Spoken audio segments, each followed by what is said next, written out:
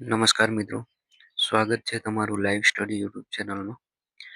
મિત્રો, તમે ટાઇટલ જોઈને જ ખબર પડી ગઈ હશે કે બજેટ એટલે શું. તમારા મનમાં પણ સવાલ આવ્યા હશે કે બજેટ એટલે શું. કોઈને ખબર હશે, જે મિત્રોને ખબર ના હોય, આના વિશે માહિતી ના હોય, તો એને આપણે સંપૂર્ણ માહિતી આ વિડીયોમાં આપવાની છે. તો અંત સુધી બન્યા રહેજો. જે મિત્રો નવા છે, ચેનલને સબસ્ક્રાઇબ નહીં કરી તો સબસ્ક્રાઇબ જરૂરથી કરી લેજો. તમારા મિત્રોને પણ શેર કરજો અને વિડીયોને લાઈક કરી દેજો. ચાલો તો તમારા મનમાં આવેલા પ્રશ્નનો આપણે ઉકેલ લાવીએ. બજેટ એટલે શું? બજેટ એટલે સરળ ભાષામાં કહીએ તો બજેટ એટલે આવનારા એક વર્ષ માટે આવક અને ખર્ચનો અંદાજ. એટલે એક પ્રકારનો આવનારા વર્ષ માટે આવક અને ખર્ચનો અંદાજ કાઢવામાં આવે, જેને આપણે બજેટ કહીએ છીએ.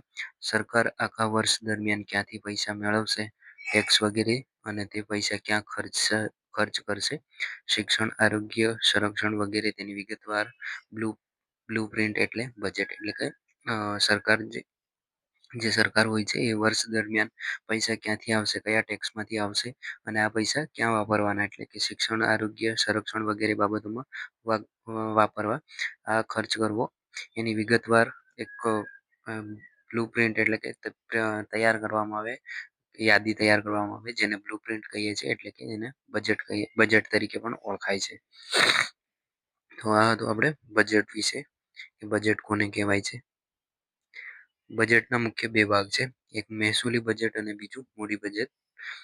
મહેસૂલી બજેટમાં જેમાં સરકારી રોજબરોજની આવક અને ખર્ચ, પગાર, પેન્શનનો સમાવેશ થાય છે. મૂડી બજેટમાં જે લાંબા ગાળાના રોકાણો જેવા કે રોડ, પુલ, હોસ્પિટલો વગેરે બનાવવાનો ખર્ચના લોનનો સમાવેશ થાય છે. એટલે કે બજેટના મુખ્ય બે ભાગ છે. બજેટ તૈયાર કરવાની પ્રક્રિયા.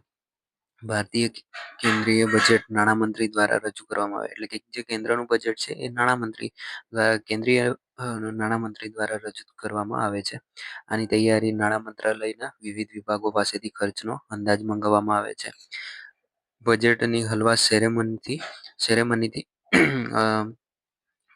સેરેમની. બજેટના દસ્તાવેજોના પ્રિન્ટિંગની શરૂઆત એક મીઠાઈ વહેંચીને કરવામાં આવે છે, જે બાદ બજેટ સાથે જોડાયેલા અધિકારીઓ લોકિન બહારની દુનિયાથી અલગ થઈ જાય છે, જેથી ગોપનીયતા જળવાઈ રહે.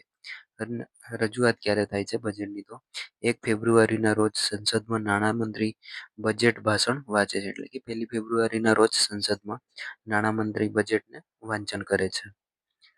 બજેટના પ્રકારો. પુરાંતવાળું બજેટ. જ્યારે આવક ખર્ચ કરતાં વધારે હોય છે, ત્યારે પુરાંતવાળું બજેટ હોય છે.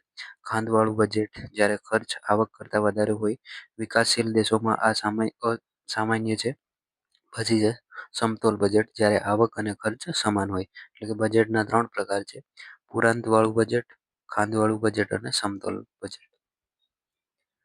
બજેટના મહત્વના શબ્દો. એટલે કે જે બજેટ રજૂ થાય છે ત્યારે મહત્વના વપરાતા શબ્દો.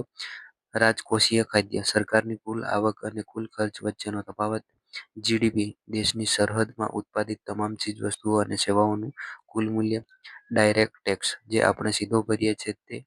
ઇનડાયરેક્ટ ટેક્સ, જે વસ્તુઓ કે સેવાઓ પર લાગે છે તે. આ શબ્દો છે બજેટની અંદર વપરાતા. બજેટને કોણ રજૂ કરે છે? તો ભારતના એટલે કે કેન્દ્ર દ્વારા નાણામંત્રી વર્તમાન નિર્મલા સીતારમણ દ્વારા રજૂ કરવામાં આવે છે. અને ગુજરાતના નાણામંત્રી વર્તમાન કનુભાઈ દેસાઈ દ્વારા. એટલે ગુજરાતનો વિધાનસભામાં રજૂ થાય છે બજેટ, અને કેન્દ્રનું લોકસભામાં ત્યાં રજૂ થાય છે.